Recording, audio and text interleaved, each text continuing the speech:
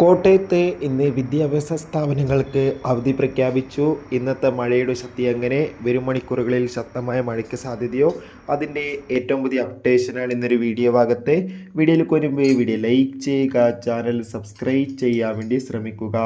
സംസ്ഥാനത്തെ ഇന്നലെ ചൊവ്വാഴ്ച മുതൽ കേരളത്തിലെ വിവിധ ജില്ലകളിൽ ശക്തമായ മഴ ആരംഭിച്ചിരിക്കുകയാണ്.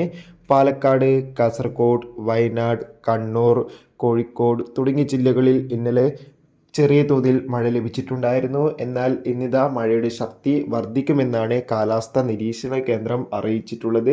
അതുകൊണ്ട് തന്നെ എല്ലാവരും ജാഗ്രതയോടെ പാലിക്കുക. അതോടുകൂടി തന്നെ ഇന്ന് ബുധനാഴ്ച ദിവസം കേരളത്തിൽ ശക്തമായ ഒറ്റപ്പെട്ട മഴയ്ക്ക് സാധ്യത ഉണ്ടാകുമെന്നാണ് കാലാവസ്ഥാ നിരീക്ഷണ കേന്ദ്രം അറിയിച്ചിട്ടുള്ളത്.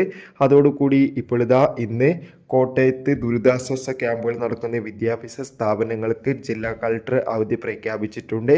അതോടുകൂടി നാളെയും മഴയുടെ ശക്തി കൂടുകയാണെങ്കിൽ മറ്റ് ജില്ലകളിലെ വിദ്യാഭ്യാസ സ്ഥാപനങ്ങൾക്ക് അവധി ലഭിക്കാൻ സാധ്യതയുണ്ട്. എന്തായാലും കൂടുതൽ അപ്ഡേഷൻ അറിയാൻ വേണ്ടി